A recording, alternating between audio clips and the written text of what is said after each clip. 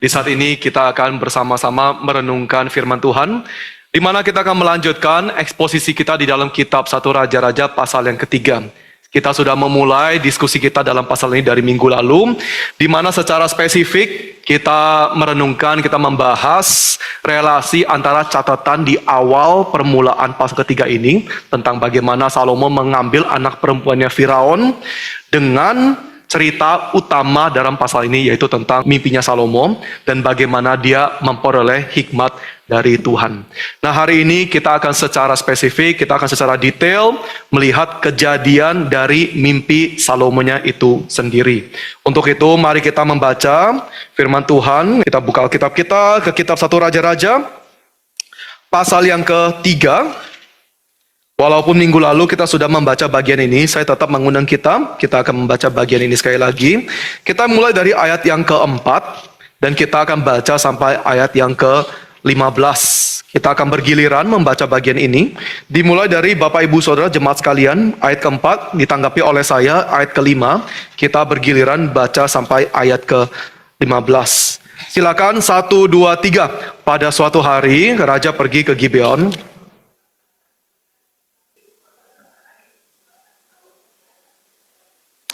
Di Gibeon Tuhan menampakkan diri kepada Salomo dalam mimpi pada waktu malam. Berfirmanlah Allah, mintalah apa yang perlu kuberikan kepadamu.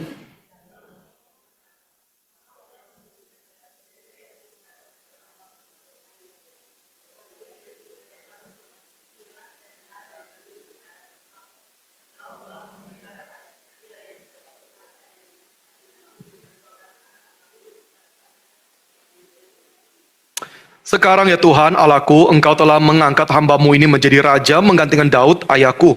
Sekalipun aku masih muda belia dan belum berpengalaman. Berikanlah kepada hamba-Mu ini hati yang penuh pengertian untuk menjadi hakim atas umat-Mu dan dapat membedakan antara yang baik dan yang jahat, sebab siapakah yang sanggup menjadi hakim atas umat-Mu yang besar ini? Lalu Allah berfirman kepadanya, karena engkau telah meminta hal itu dan tidak meminta umur panjang dan kekayaan untuk dirimu sendiri, serta tidak meminta nyawa musuhmu, melainkan meminta pengertian untuk menegakkan keadilan,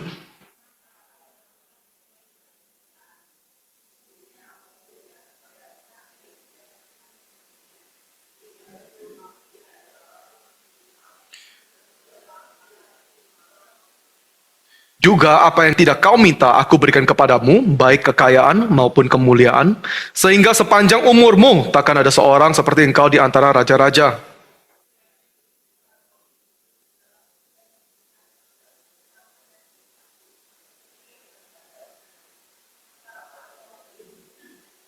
Lalu terjagalah Salomo, ternyata itu mimpi. Kembalinya ke Yerusalem yang berdiri di hadapan tabut perjanjian Tuhan dan mempersembahkan korban bakaran dan korban keselamatan. Kemudian ia mengadakan perjamuan bagi semua pegawainya. Ini pembacaan kita, mari kita berdoa. Tuhan Bapa kami di surga, kami bersyukur karena di dalam Kristus kami bisa sungguh-sungguh diangkat menjadi anak-anak-Mu. Kami yang sudah tersesat di dalam kegelapan kami semua yang adalah domba-domba yang terhilang. Hati kami dibukakan, telinga kami dibukakan, supaya kami bisa mendengarkan suara-Mu kembali kepada Engkau, dan hidup sebagai anak-Mu dari saat ini sampai selama-lamanya. Kami mengakui ya Tuhan, dan kami menyatakan bahwa kami bisa menerima seluruh anugerah ini, bukan karena kami layak, kami sungguh tidak layak, tapi hanya karena apa yang Kristus anak-Mu sudah lakukan bagi kami. Karena kematiannya, kebangkitannya, dosa kami diampuni, kami sungguh-sungguh dikuduskan, dilayakkan, diangkat untuk hidup sebagai anak-Mu, dan tidak ada siapapun atau apapun yang bisa memisahkan kami dengan Engkau. Terpujilah nama-Mu ya Tuhan. Di saat ini kami mau menyerahkan diri kami sepenuhnya di jam berikutnya ke tangan-Mu. Kiranya Roh Kudus-Mu yang bekerja di tengah-tengah kami menyatakan kemuliaan Kristus kepada kami semua yang ada di tempat ini. Dengan roh yang sama, pimpin dan pakai juga hamba-Mu yang terbatas dan hina ini ya Tuhan. Kami mengingat semua anak-anak yang sudah dikumpulkan pada hari ini di tempat ini. Kiranya Engkau juga terus memberkati mereka dengan firman-Mu di sekolah minggu. Dan kepada gereja-Mu dimanapun mereka berada, gereja yang dikenal dan mengenal Engkau, Kiranya mereka juga bisa diberkati oleh Engkau, dan Engkau nyatakan dirimu juga di tengah-tengah mereka. Terimalah doa kami ya Tuhan, dalam nama Yesus Kristus kami sudah berdoa. Amin. Baik, Bapak Ibu Saudara, pembacaan kita pada hari ini secara kasar bisa dibagi menjadi dua bagian. Bagian pertama adalah ayat keempat, ini tentang korban yang diberikan Salomo kepada Tuhan. Dan bagian kedua ya, itu tentang mimpinya itu sendiri dari ayat 5 sampai 15. Ya, kita akan satu persatu membahas dua bagian besar ini. Kita pertama melihat korban yang diberikan atau ibadah yang dilakukan oleh Salomo di Gibeon. Bapak Ibu Saudara, ketika dikatakan bahwa Salomo melakukan satu ibadah yang besar, satu ibadah yang begah, memberikan korban ribuan ya di Gibeon, ya, secara sekilas ini kan kelihatannya sebagai sebuah tindakan yang tulus kan ya. Apalagi di ayat sebelumnya dikatakan bahwa Salomo itu mengasihi Allah ya. Setelah dia mengasihi Allah, dia memberikan korban, ya kita secara natural saja kita anggap ini sebuah tindakan yang tulus, dia sungguh-sungguh mengasihi Allah, makanya dia melakukan ibadah yang begitu megah. Tapi di dalam sisi yang lain, ada orang-orang itu nggak setuju. Salah satunya adalah komentator Alkitab yang bernama Brueggemann, ya. Dia hanya melihat ini sebagai sebuah tindakan menampilkan kesalehan Salomo di ranah publik, ya. Jadi ibadah ini itu hanya menampilkan kesalehan dia di ruang publik, atau dengan kata lain ini hanya sebuah manipulasi atau tindakan politik saja. Kenapa? Karena emang di dalam dunia kuno sangat penting bagi seorang pemimpin atau seorang raja itu dianggap sebagai orang yang saleh, orang yang takut akan Tuhan, dan orang yang dikenan oleh Tuhan. Terlepas dia benar-benar percaya atau takut akan Tuhan, itu masalah kedua. Tapi dianggap sebagai orang yang takut akan Tuhan oleh masyarakat dan dikenan oleh Allah, itu sangat amat penting ya. Inilah kenapa Salomo itu juga memberikan ribuan korban. Itu angka ribuan korban, itu angka lebay ya. Itu keterlaluan sebetulnya ya. It's an exaggeration ya. Tapi justru ini yang dicatat oleh Alkitab kepada kita ya. Kenapa ya? Harus ada ribuan korban yang dicatat gitu. Brueggemann katakan, kalau emang Salomo itu sungguh-sungguh tulus, kalau dia sungguh-sungguh tulus, kenapa nggak bisa ibadah normal aja gitu? Memberikan persembahan ya. Kalau dia hatinya sungguh-sungguh mengasihi Allah, dalam hati dia menyembah Allah kan cukup kan ya? Tuhan melihat hati, manusia lihat penampakan luar gitu. Ya. Jadi bisa saja, tapi kenapa harus sampai ribuan korban? Karena ini adalah pernyataan publik. Dia memberikan ribuan korban supaya seluruh bangsa bisa melihat dia sebagai orang yang saleh, yang beribadah, dan yang lain-lainnya. Saya percaya pemikiran seperti ini itu nggak asing bagi kita, karena ini juga sebuah realita bahkan sampai hari ini. Khususnya di dalam negara-negara yang highly religious, yang sangat religius, ketika seorang pemimpin itu dipilih, ketika seorang kandidat itu menjadi presiden, kita juga bisa lihat ya bagaimana hari esoknya, ini calon-calon dipilih ini mereka beribadah. Ya. Kalau mereka tulus sebetulnya ya, doa-doa aja. Kan kebebasan kamu, ya doa aja di kamar kamu. Tapi ibadah presiden-presiden dipilih itu harus disiarkan, harus direkam. Supaya apa? Supaya semua bangsa juga bisa melihat, oh ternyata pemimpin yang kami pilih itu takut akan Tuhan, itu orang religius. Persepsi rakyat terhadap pemimpin, ya, bahwa pemimpin itu harus religius, bahkan dalam konteks kita, itu juga tetap sebuah realita. Ya, jadi masuk akal juga apa yang dikatakan oleh Brueggemann oleh orang-orang yang enggak setuju bahwa ini adalah sebuah tindakan. Nah kalau begitu, bagaimana kita menanggapi tindakan Salomo ini? Apakah ini sebuah ibadah yang tulus atau ini hanya satu penampakan atau enggak penampilan kesalehan Salomo di hadapan publik? Jawabannya adalah dua-duanya. It's both. Ya. Kita bisa setuju dengan Salomo yang mengatakan, oh ini hanya penampilan kesalehan di dalam ruang publik. Tapi menampilkan kesalehan dalam ruang publik bukan berarti sekarang ini tidak tulus gitu. Ini dua hal yang berbeda. Kita bisa menyatakan kesalehan kita di tengah-tengah publik, itu tetap bisa tulus. Saya kasih argumen dari teks ya. Coba kita buka Alkitab kita ke kitab 2 Tawarik, pasal 1 ayat ketiga, itu adalah catatan kejadian yang sama dari perspektif kitab Tawarik. Ya. Dan di dalam kitab 2 Tawarik, pasal 1 ayat ketiga, di sana penulis kitab Tawarik itu dengan sengaja memberikan kita informasi tambahan bahwa Gibeon itu juga adalah tempat di mana tendanya Musa, ya. Tendanya Musa itu berada gitu. Dengan kata lain, penulis Alkitab, kitab Tawarik khususnya, mau menunjukkan kepada kita Gibeon itu adalah tempat yang secara teologis itu sangat signifikan. Bapak Ibu Saudara, kenapa penulis kitab Tawarik memberikan kita informasi tambahan ini? Sebetulnya sebagai pembaca, kita nggak tentu perlu informasi ini. Tapi kenapa dia menambahkan dan memberikan kita informasi ini? Karena dia sendiri cukup sadar bahwa tindakan Salomo itu bisa ditafsir sebagai tindakan politik murni. Ya, itu tindakan politik murni, itu hanya pernyataan dia sebagai raja, dia mau dikenal oleh masyarakat. Tapi sekarang penulis kitab Tawarik menambahkan informasi ini, kasih tahu kita bahwa Gibeon secara teologis itu juga penting. Ya, itu tempat di mana kemahnya Musa, the tent of meetings, itu ditempatkan di sana. Dengan kata lain, penulis kitab Tawarik menganggap tindakannya Salomo itu sebagai positif. Ya, itu positif. Ini bukan hanya sekedar tindakan politis, tapi ini juga adalah sebuah tindakan teologis. Ini kayak melambangkan Salomo itu melanjutkan kehendak Allah yang juga sudah dimulai dari Musa. Ya, jadi itu ada bukti teksnya, nggak sepenuhnya politis, tulus juga.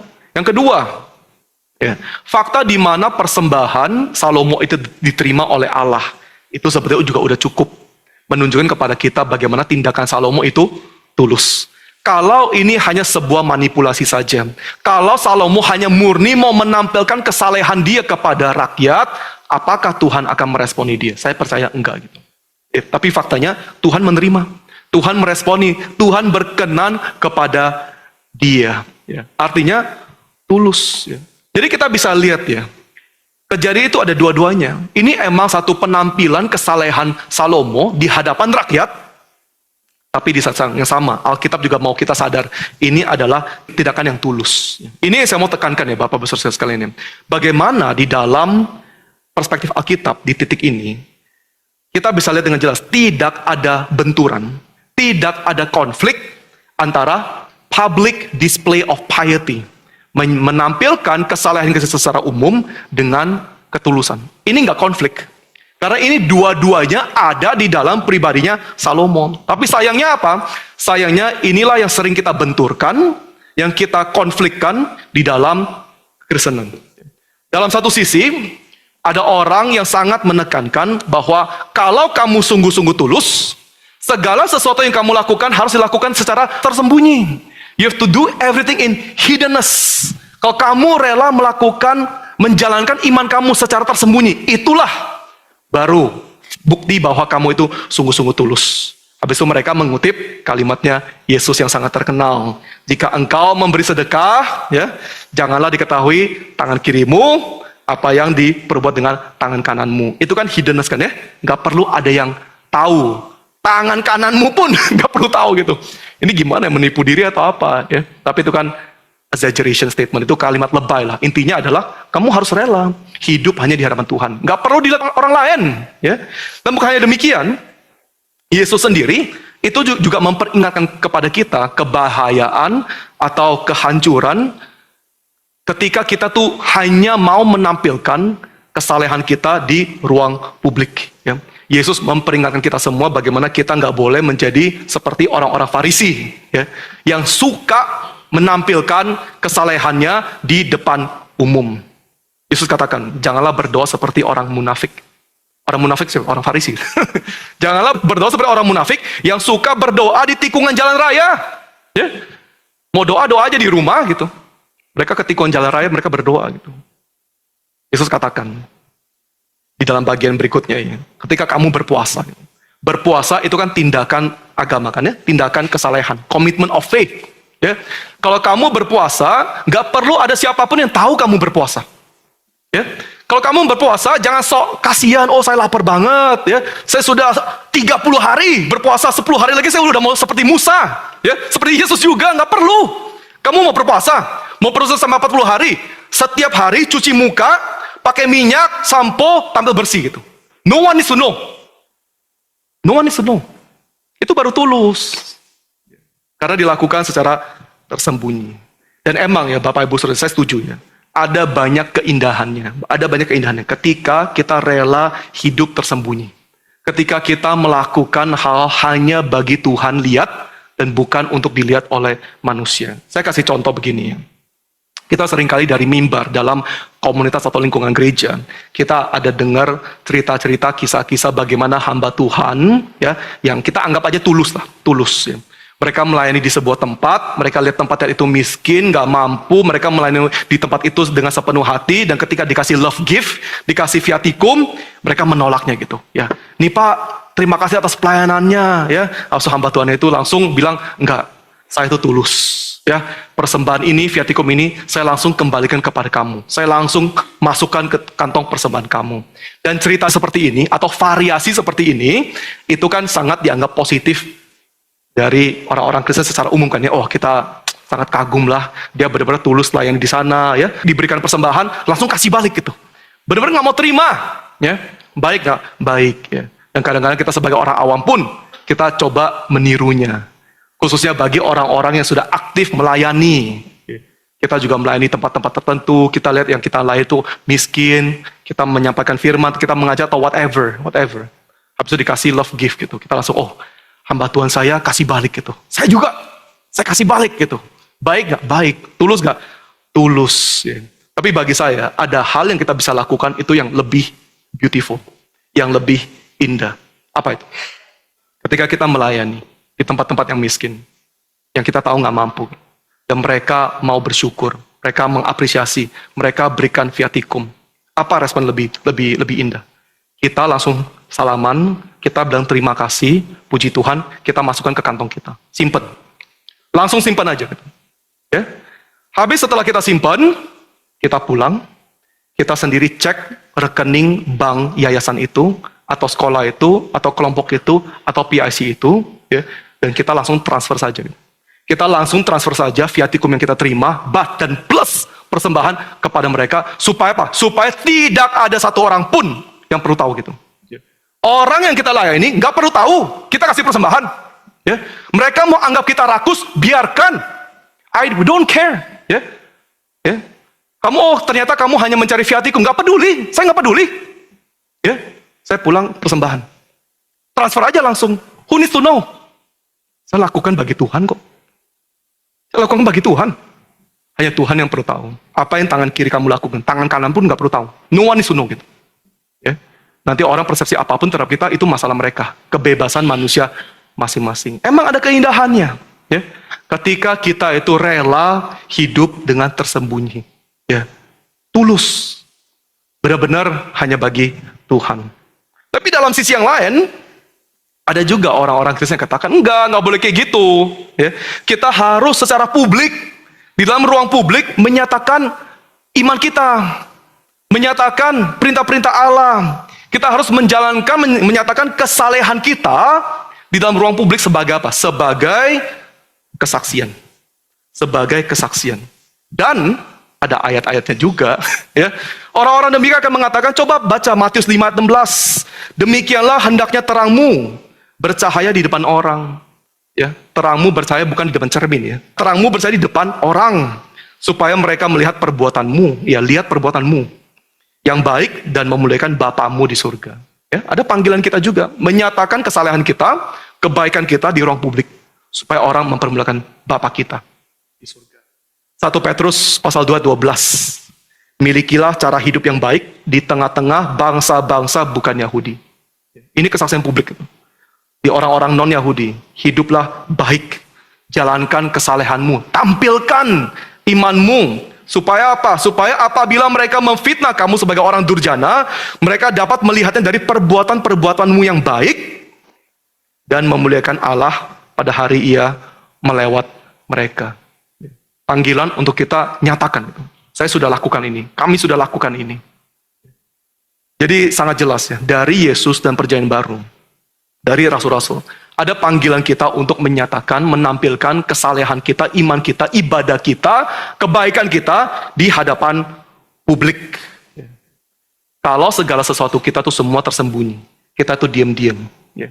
Bagaimana manusia berdosa bisa tahu yang dilakukan itu dari Tuhan itu? how will they know? They won't know. They won't know.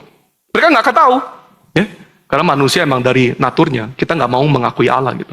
Ada Allah pun nggak mau ngaku. Ada keberadaan Allah pun kita tekan-tekan gitu. Kita tekan-tekan. We don't want to admit. Ini natur kita sebagai manusia berdosa. Ya. Dan situasi ini, ya, masalah ini adalah masalah yang sungguh-sungguh konkret ya Bapak Ibu Saudara yang kita alami di GRII, khususnya ketika kita memulai pelayanan TAK, Tim Aksi Kasih. Untuk Bapak Ibu Saudara yang cukup lama, di GRI mungkin sudah tahu lah ya, di GRI secara sinodal, kita tuh ada pelayanan namanya Tim Aksi Kasih, di mana kita lebih terjun ke dalam pelayanan jasmani, ya, mercy ministry, menolong orang secara jasmani khususnya kepada korban-korban bencana. Pelayanan Tim Aksi Kasih itu kira-kira lebih aktif sejak tahun 2015. Kalau Bapak Ibu Saudara yang tinggal di Jakarta di tahun-tahun itu, semua orang sudah tahu lah ya, dari 2009 sampai 2015, itu setiap tahun, itu kita ada liturginya, kita ada ibadahnya. Ya. Ibadah tahunan yang kita lakukan sebagai orang Jakarta adalah ibadah banjir. Setiap tahun itu banjir, pasti banjir. Ya. Saya tinggalnya di Greenfield, bayangkan, tahu nggak Greenfield? Udah tahu, infamous lah, infamous. Banjirnya kayak gini setiap tahun gitu ya. Udah masuk bulan Januari, bulan Februari udah tahu ya. Tinggal hitung-hitung hari aja, oh ya. Tinggal lihat awannya udah tahu lah, barang-barang kita udah mulai angkat, ya udah santai aja. Berenang keluar pintu, berenang gaya kodok, gitu. Keluar pintu, every year. Dan ada titik yang jauh lebih parah. Dan mulai tahun 2000, kira-kira seingat saya, tahun 2014, 2015, Tim Aksi Kasih itu mulai terjun. Karena ada titik-titik yang dimana orang itu benar-benar sampai kehilangan rumahnya. Jadi kita ke sana, kita bawa tenda, kita bikin posko, kita kasih sembako, dan yang lain-lainnya supaya orang yang rumahnya itu sampai ke bawah arus, ada yang di Bogor kita pernah pergi ya, ke bawah arus gitu, longsor. Nggak ada rumah, jadi kita bawa tenda. Tenda bukan tenda camping ya, camping yang kecil yang segitiga, tendanya gede, cukup gede. Ya, kita set up, kita kasih mereka gitu, kita kasih mereka. Ya, mereka pakai sampai tinggal, kita nggak ambil balik lagi. Dan di saat-saat itu mulailah muncul perdebatan, ya, perdebatan apa gitu, ya, perdebatan yang kita lihat di dalam bagian ini juga. Ada orang-orang di dalam GRI mulai bertanya, apakah seharusnya kita menempelkan logo GRII di tenda-tenda kita, di posko-posko kita atau enggak ya. Karena kayaknya yayasan yang lain mereka langsung ada logonya ya.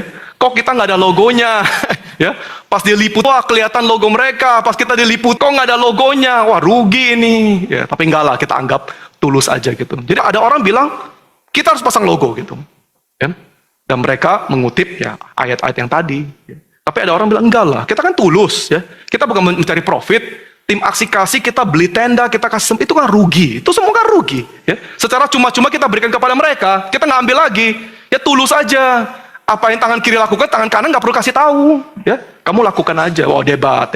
Akhirnya, ya sama seperti setiap situasi, kalau udah kita debat secara internal, kita ke Pak Stephen Tong. Pak Tong bilang, pasang. Ya. Dan dia mengutip Matius 5 ayat 16. Ya. Tapi yang saya mau tekankan ya Bapak, saya mau tekankan.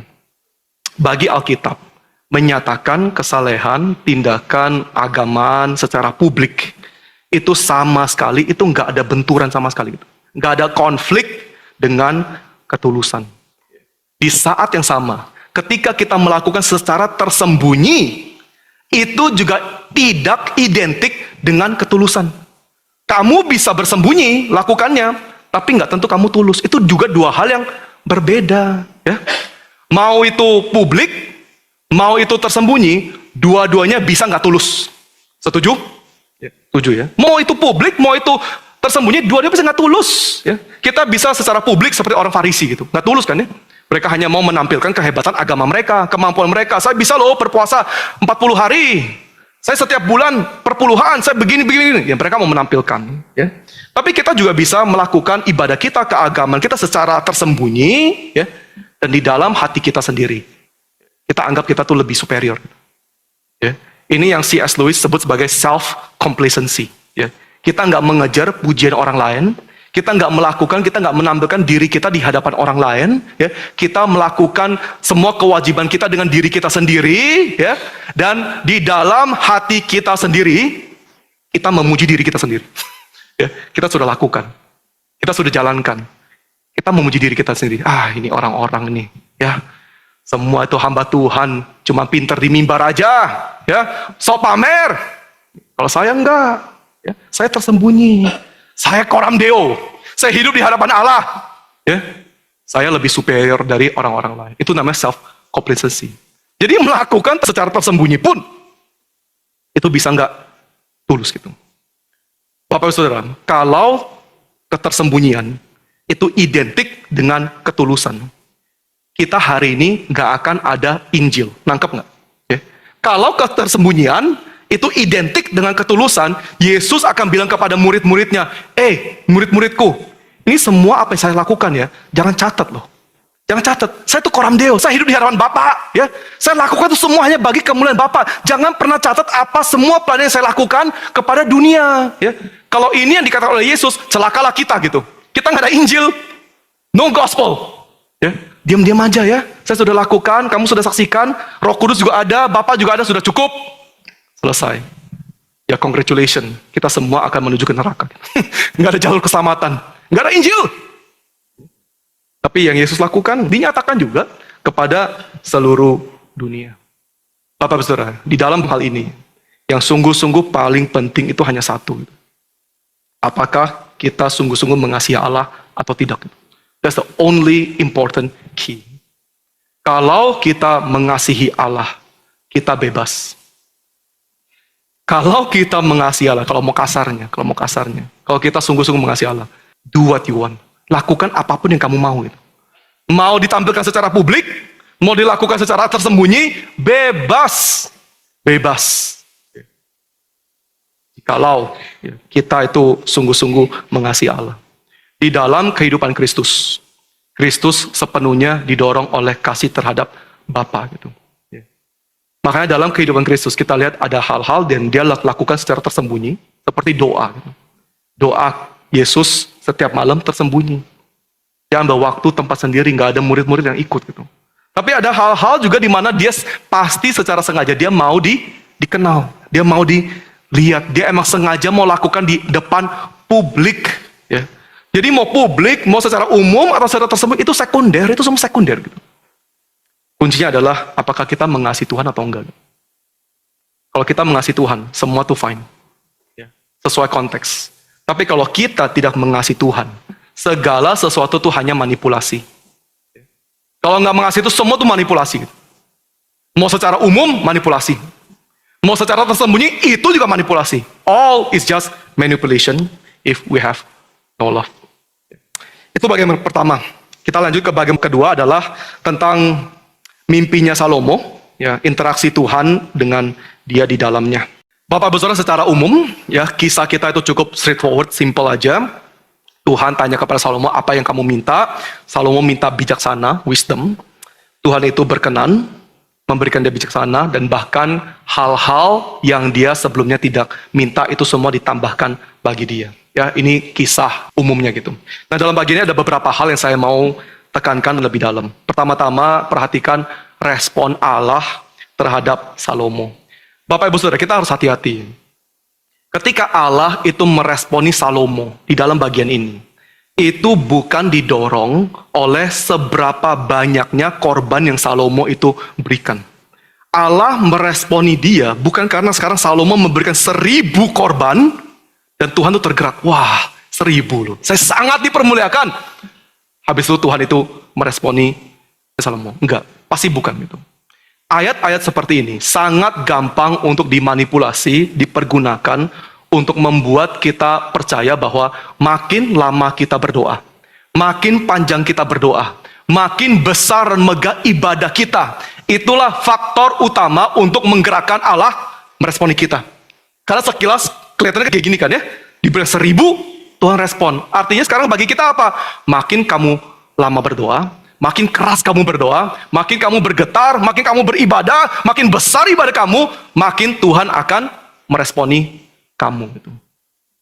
Jadi ketika Tuhan gak meresponi kita, Masalah itu di mana? Masalah doa kamu kurang panjang. Ya, harus doa 10 jam. Ya, kamu cuma doa 9 jam 30 menit, masih kurang 30 menitnya. Ya, kalau 10 jam itu baru tuntas gitu. Ya. Saya nggak ada masalah dengan orang yang sungguh-sungguh tulus mau doa sampai 1 bulan. Saya haleluya gitu. Haleluya. Kamu mau doa sebulan, saya puji Tuhan. Ya. Tapi yang kamu nggak boleh itu apa? Nggak boleh menganggap doa banyak itu kualifikasi, itu syarat untuk kamu menggerakkan Tuhan. Kita nggak bisa menggerakkan Tuhan, Bapak Ibu Saudara. Siapa kita gitu menggerakkan Tuhan? Ya. Kita nggak bisa menggerakkan Tuhan. Hanya ada Tuhan yang menggerakkan hatinya dia sendiri, berbelas kasihan kepada kita. Itu ada gitu. We cannot move God. God moves His own heart. Ya. Kita nggak boleh anggap bahwa kita ibadah makin besar, doa makin banyak. Ya. Itulah faktor utama supaya Tuhan bisa meresponi kita. Yesus sendiri katakan, ketika kamu berdoa, jangan bertele-tele seperti bangsa yang tidak mengenal Allah. Ketika kita percaya bahwa doa panjang kita, ibadah megah kita, itulah yang mendorong Allah mendengar doa kita. Itulah cara di mana Tuhan akan meresponi kita. Itu hanya membuktikan kita bukan anak Allah. Nangkep nggak? Ya? Kalau kita percaya, inilah cara saya yang bisa mendorong Allah, menggerakkan Allah. Bertele-tele, bermegah-megah. Congratulations. Kamu sudah membuktikan bahwa kamu bukan anak Allah gitu. Anak Allah yang sejati. Doanya bagi Yesus sendiri. Nggak bertele-tele. Bukan panjang atau singkatnya yang paling pengaruh. Doa kita didengar oleh Allah. Itu sepenuhnya karena apa? Karena apa yang Kristus sudah lakukan bagi kita. Kalau Yesus sudah mati dan bangkit bagi kita, doa kita tuh nggak tahu nyasar kemana gitu. Nggak akan ke Tuhan lah. Doa kita sebagai orang berdosa itu nggak layak untuk diterima oleh Tuhan gitu. Doa kita tuh hanya layak diterima oleh Tuhan karena apa yang Kristus sudah lakukan melalui pekerjaan keselamatan yang sempurna. That's only reason. Makanya ketika kita berdoa, beribadah, ya, lakukan saja dengan tulus, ya, dengan iman yang benar, ya, bukan bergantung kepada upaya tangan kita. Gitu. Itu semua bergantung kepada Tuhan. Dan kalau begitu, bagaimana kita bisa mengerti respon Allah kepada Salomo di dalam bagian ini? Simpel aja. Respon Allah itu dimengerti sebagai ujian. Ya, respon Allah dimengerti sebagai ujian. Coba perhatikan ayat 11. Ya. Ayat 11. Dan Tuhan katakan, karena engkau telah meminta hal itu dan tidak meminta umur panjang dan kekayaan serta nyawa musuhmu dan lain-lain. Ya. Dari kalimat ini kita bisa langsung mengasumsikan apa Bapak Saudara? Kita bisa mengasumsikan dengan aman jikalau Salomo meminta apa yang diminta oleh Firaun. Jikalau Salomo itu minta kekayaan, minta hidup panjang, minta musuhnya dihancurkan, ya, yang terjadi itu apa? Salomo akan dihukum. Angkep nggak ya? Dari kalimat ini kalimat ujian itu.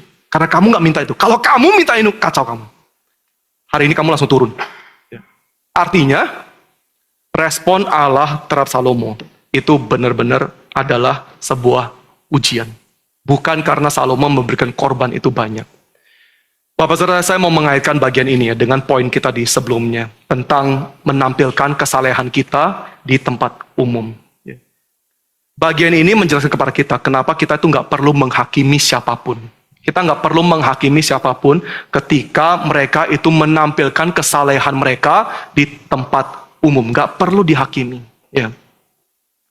Andai kata misalnya saya kasih contoh. Misalnya kalau kita ini kan kita KK regional akhir Juli, kita akan ke Sumba melayani anak-anak di sana. Puji Tuhan, tim kita sudah penuh, sudah ada 8 orang yang akan berangkat, pendaftaran sudah tutup. Ya, 8 orang kita akan melayani di Sumba Barat sepanjang seminggu. Andai kata misalnya sekarang kita ke Sumba, kita berjumpa dengan kelompok Kristen radikal. Kita tahulah itu pasti radikal gitu. Tapi sekarang mereka di sana sedang melakukan misi. Ya, misinya misi yang lebih sifatnya mercy ministry. Ya, mereka melakukan misi sumur bagi Sumba. Ya, sumur bagi Sumba gitu. Mereka bikin spanduk. Ya, mereka cetak t-shirt, ya, mereka jalan parade di Sumba, ya, teriak haleluya, Tuhan berbelas kasihan, Tuhan sudah tiba di Sumba, kita akan menggali sumur di ini. Apa respon kita gitu? Walaupun kita tahu mereka tuh kayaknya bidat, kayaknya radikal gitu, ya, kayak mau show off, ya, kami sudah tiba, your Messiah has come, ya, rumah kamu kering, teleponlah kami, ya, langsung kami bor sumur, ya. Apa respon kita gitu? Simple aja. Respon kita adalah, kamu mau bor sumur, saya bantu. Sama-sama bor gitu, bor aja. Ya, toh itu berfaedah gitu. Mereka mau bor, kita bor juga. Ya, butuh orang, kita bantu juga. Ya, gak perlu dihakimi, gak perlu merasa benci, gak perlu kita curiga. Ini maunya apa ya? Curi-curi domba ya? Mau ini, mau itu? Gak perlu. Ya, kenapa? Karena kalau mereka mengatasnamakan Tuhan, Salomo mengatasnamakan Tuhan. Ya, bagi Tuhan kan ya, 1000 korban gitu, ibadah bagi Tuhan. Tuhan langsung menguji dia. Tuhan langsung datang, langsung meresponi dia. Kamu benar bagi saya. Kamu benar. Saya langsung uji kamu. Simpel aja. Mereka mengatasnamakan Tuhan. Biarkan. Biarkan apa? Biarkan Tuhan yang menguji dia. Ya. Tuhan itu nggak tuli. Tuhan itu nggak buta. Gitu. Mereka mau mengatasnamakan Tuhan. Mereka berani pakai nama Tuhan. Tuhan sendiri akan yang menguji kita. Ya. Jadi kita nggak perlu. Salomo juga langsung diuji. Ya, langsung diuji. Berikutnya, poin kedua dalam bagian ini. Coba perhatikan di ayat ke-9, hati yang penuh pengertian. Atau dengan kata lain, bijaksana. Ya. Apa artinya bijaksana di dalam bagian ini? Bapak Ibu Saudara, kita tahu bagaimana definisi atau makna dari bijaksana dalam Alkitab. Itu banyak. Ya, multi perspektif. Secara umum, ketika kita bahas bijaksana dari perspektif Alkitab, kita mengertinya sebagai the right knowledge at the right time. Pengetahuan yang benar diaplikasikan di tempat dan saat yang benar. Itu bijaksana gitu. Ya. The right knowledge applied at the right place and time. Itu baru namanya orang yang bijak. Makanya orang bisa pinter, gak tentu bijak. Orang bisa banyak informasi, nggak tentu bisa mengaplikasikan informasi yang tepat di saat dan di tempat yang tepat. Informasi bisa jutaan.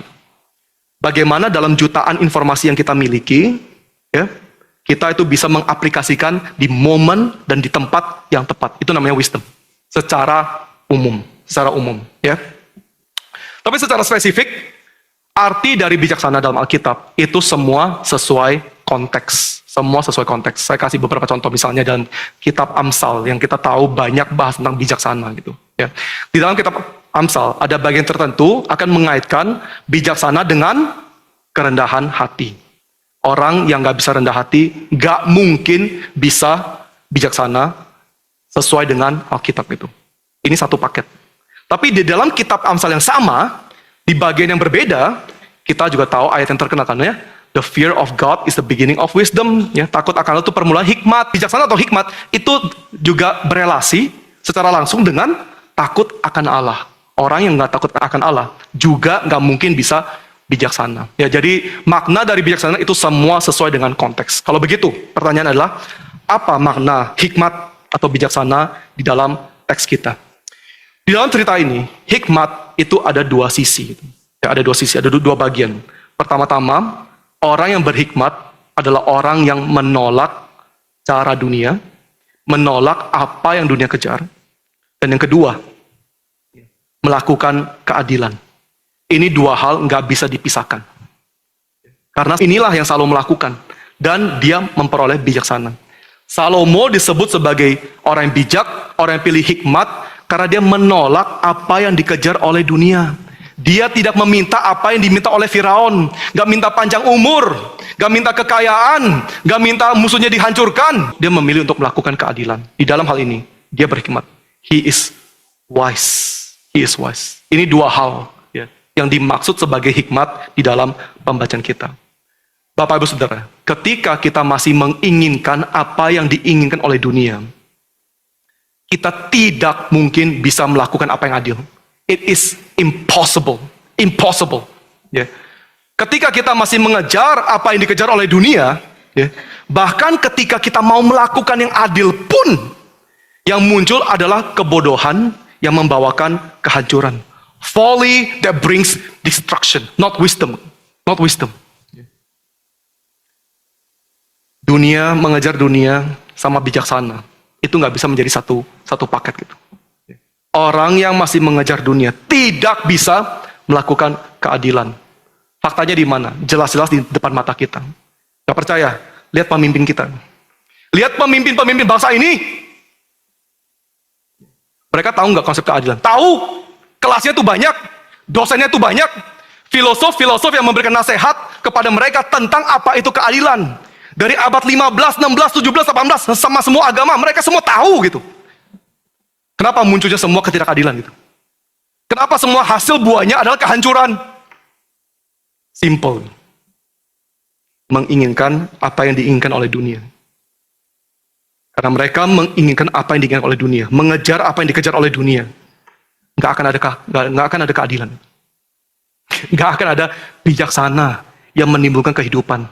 Hanya akan ada kebodohan yang menimbulkan kehancuran. Tapi kita juga perlu introspeksi ya Bapak Ibu Saudara, sebagai orang Kristen, sebagai gereja. Kalau kita nggak rela untuk menolak dunia ini, kalau kita nggak rela untuk menolak, mengejar apa yang dikejar oleh dunia ini, nggak perlu panjang lebar bicara tentang keadilan gitu, nggak perlu, ya. Karena kita tidak mungkin mampu melakukan keadilan, ya. Kalau kita nggak menolak dunia ini, nggak menolak mengejar apa yang diinginkan oleh dunia ini, semua seminar, speak, preach, whatever thing, ya, yang bicara tentang keadilan, semua itu sampah, all rubbish. Karena ujung-ujung yang ditimbulkan adalah kehancuran. Yang ditimbulkan itu pasti ketidakadilan. Kalau sebagai orang Kristen, sebagai gereja, yang kita cari adalah kekuasaan, nama, legacy, uang, kenikmatan, gengsi, atau whatever. All the things that this world seek. Pada akhirnya, yang kita akan lakukan hanya ketidakadilan. Yang kita timbulkan hanya kebodohan yang akan menimbulkan kehancuran. Yesus katakan, kita bukan bagian dari dunia ini. Sama seperti dia sendiri bukan dari dunia ini. We don't belong to this world, just like he doesn't belong to this world. Yesus itu bisa sungguh-sungguh melakukan apa yang adil, menimbulkan bijaksana, yang membawakan kehidupan. Kenapa? Karena dia menolak dunia.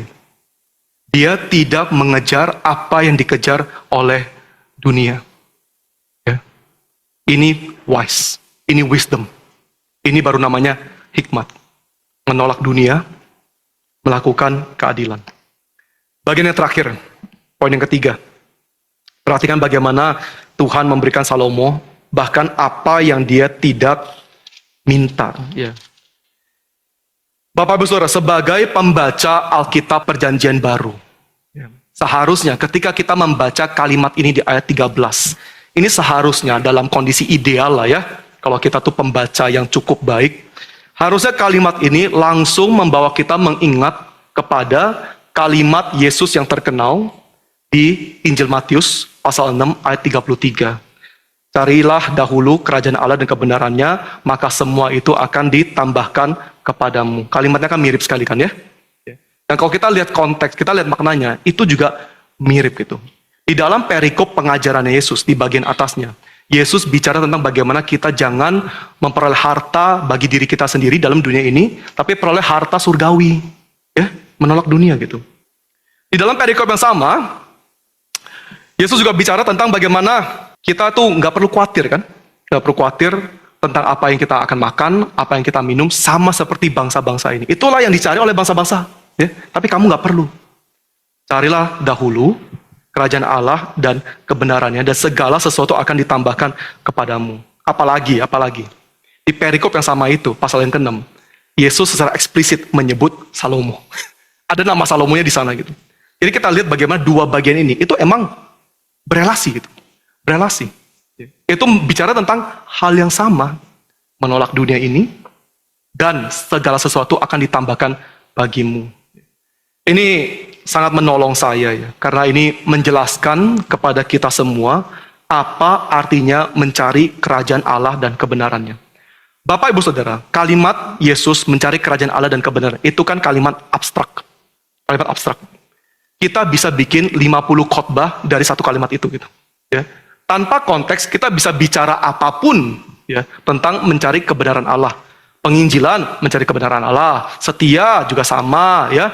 Kita bersandar juga sama, kita menolong orang miskin juga sama. Jadi segala sesuatu sebetulnya juga bisa kita katakan sebagai mencari kerajaan Allah dan kebenarannya, ya. Tapi di dalam terang pasal ketiga di dalam 1 Raja-Raja, sebetulnya jawabannya itu konkret gitu. Jawabannya itu jelas. Mencari kerajaan Allah dan kebenarannya, artinya itu apa? Gitu? Artinya adalah menolak apa yang diinginkan oleh dunia dan melakukan yang adil. Itu maknanya. Gitu. Itu arti mencari kerajaan Allah dan kebenarannya. Bapak Saudara, menurut saya ini satu hal yang sangat relevan bagi kita semua, khususnya ada di bangsa ini, di mana kita tahu situasi itu tidak baik-baik saja, sama seperti doa syafaat tadi ya. Kita tahu bagaimana US dollar sudah tembus 18.000 kemarin hari. Yang sudah terlebih dahulu beli US dollar, congratulations, selamat ya. Hari ini saya nggak tahu, tapi para ekonom semua rata-rata katakan bahwa dolar itu akan tembus ke 20.000. Jangan greedy, jangan tamak ya. Jangan kita lagi beli tinggi-tingginya, nanti ekonomi stabil, turun ke 15.000, kita nangis. Ya. Jadi jangan tamak, ya. Jangan langsung, oh semua harta saya langsung jadi US dollar hari ini. Nggak kayak gitu juga ya. Tapi kita tahu ini situasi nggak baik.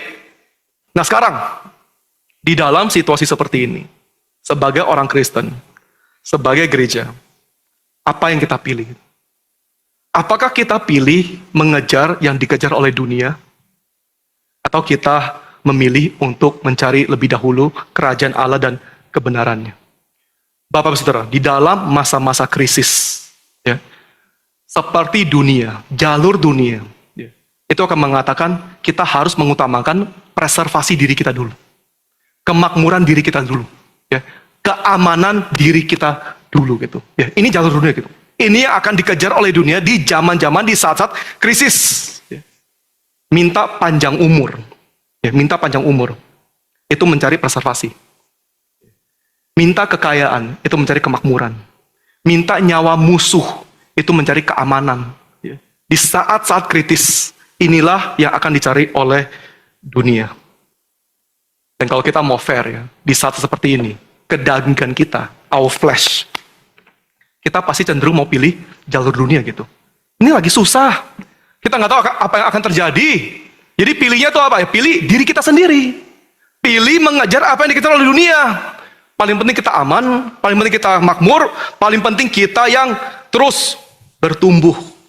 Dan kita anggap ya, bahwa cara demikian adalah cara di mana segala sesuatu akan nantinya ditambahkan kepada kita.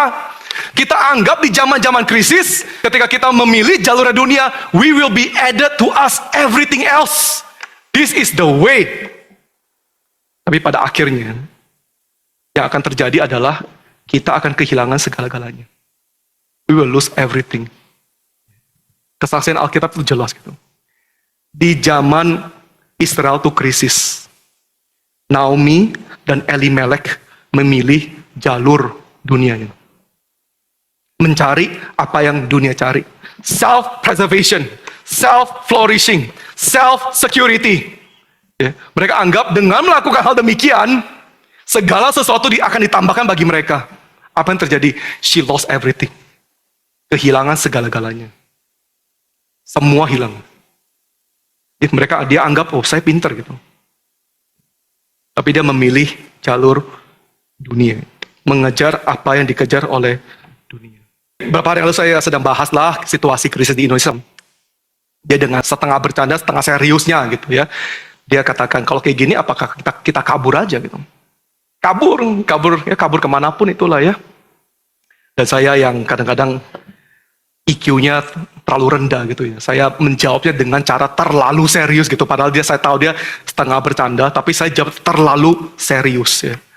Saya jawab dia, emang sebetulnya di dalam Alkitab ada ruang bagi kita orang Kristen. Kita itu melarikan diri. Tapi kapan? Hanya ketika ada persekusi massal terhadap orang Kristen. Kalau ada targeted, emang kita jelas-jelas kita tahu kita sedang dipersekusi massal sebagai orang percaya. Nasihat Kristus bagi murid-muridnya adalah kabur. Kabur. Makanya ketika Stefanus martir, mereka persekusi massal orang Kristen secara jelas-jelas, semua orang percaya kabur kan ya? Mereka nggak dihakimi. Nggak ada yang datang kepada mereka, kok kamu pengecut ya? Kamu seperti rasul-rasul yang nggak mengerti kebangkitan Kristus. Ya? Kok kamu lari? Jangan lari. Saksikan Kristus di tempat di mana kamu dianiaya. Nggak ada kayak gitu loh. Mereka kabur, Tuhan menyertai mereka semua. Ya. No judgment. Kenapa? Karena itu memang nasihatnya Yesus. Ketika orang percaya di satu tempat, itu sedang dianiaya besar-besaran gitu. Ya. Nasihat Yesus di Matius pasal 24 adalah kabur, pergi. Ya. When you see the abomination of desolation standing in the worship place, kamu lari, kabur aja. Emang itu nasihatnya Yesus sendiri. No, not a problem. Ya. Ini ruang di mana kita boleh kabur. Tapi kalau di luar itu, di luar persekusi massal, krisis budaya, krisis politik, krisis ekonomi, ya. Sebetulnya nggak ada ruang untuk bagi kita kabur gitu. Dan saya bilang sama dia, ya. Sekali lagi saya goblok, ya. Saya terlalu serius lah menjawab dia gitu ya.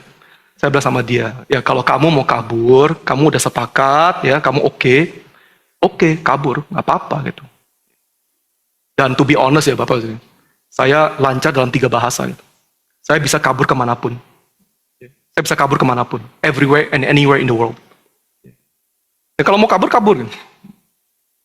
Tapi saya bilang sama dia, tapi kamu harus serius ya. Kenapa? Kalau ketika saat ini kita kabur, kita nggak akan injek lagi bangsa ini. Gitu.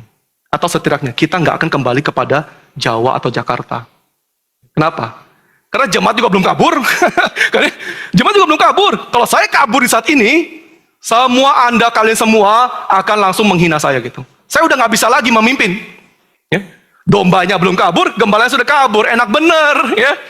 Apalagi kabur dengan kas gereja. Wah, langsung dia. Untungnya saya nggak pegang kas gereja. Nah, itu di sananya syukurnya gitu ya. Kalau saya kabur, saya bersama dia. Kalau kita kabur saat ini, kamu harus tahu, we will not be coming back. Kita nggak akan balik ke bangsa ini lagi. Dan kamu harus tahu juga, tempat di mana kita kabur, nggak tentu kita juga aman di sana gitu. Nggak tentu kamu berkembang di sana. Siapa yang bisa pastikan kamu di sana berkembang? Ya, kita bisa kabur, kita tetap bisa ditolak kok. Ya, dan pada akhirnya kita akan alami apa yang Naomi alami. We will lose everything. Kedagingan kita, logika manusiawi kita, bicara kepada diri kita sendiri. Di masa-masa berkrisis, kejarlah apa yang dikejar oleh dunia. Carilah diri sendiri, keamanan diri sendiri, preservasi diri sendiri, kemakmuran diri sendiri, keamanan diri sendiri. Tapi Yesus katakan, di dalam segala situasi, carilah terlebih dahulu kerajaan Allah dan kebenarannya. Tolaklah jalan dunia yang gak bisa membawa kita kepada kehidupan. Tetap lakukanlah apa yang adil. Always do what is just. Bapak Saudara, di dalam segala situasi, bahkan di dalam krisis, Yesus sungguh-sungguh tetap memilih untuk mencari kerajaan Allah. Ketika prajurit Romawi sudah datang mau tangkap dia, itu kan momen krisis ya. Itu kan momen krisis gitu. Yesus bisa loh pilih lari gitu. Cari aman bisa aja. Tinggal kabur kok. So simple. Ya. Kedagingan atau enggak natur manusia dia bisa katakan ya saya kan kayaknya perlu hidup lah. Ya, kabur aja. Kita semua mungkin juga kabur. Murid-murid semua kabur. Murid-murid semua kabur. Ya. Yesus katakan, this is I. Here I am. Dia memilih untuk melakukan keadilan. Dan apa itu keadilan? Keadilan adalah melakukan kehendak Allah, memenuhi pekerjaan keselamatan bagi kita. Itu yang dia pilih. Mencari dahulu kebenaran Allah dan kebenarannya. Dan betul. Setelah itu, segala sesuatu itu ditambahkan kepada dia. Seluruh kuasa di atas langit, di bawah bumi, semua ditempatkan di bawah kakinya. Everything was given and added unto him. Karena dia mencari kerajaan Allah dan kebenarannya. Bapak Ibu Saudara sekalian, kita sebagai murid Kristus, marilah kita juga melakukan hal yang sama. Di dalam segala hal, carilah dahulu kerajaan Allah dan kebenarannya. Tolaklah, buanglah apa yang dikejar oleh dunia ini. Lakukanlah apa yang adil. Itu hikmat, that is wisdom. Dan sesuai dengan janji Tuhan. Sesuai dengan nyata yang kita lihat terjadi dalam pribadi Kristus. Segala sesuatu yang kita butuhkan, itu akan ditambahkan bagi kita semua. Tuhan memberkati kita. Mari kita berdoa.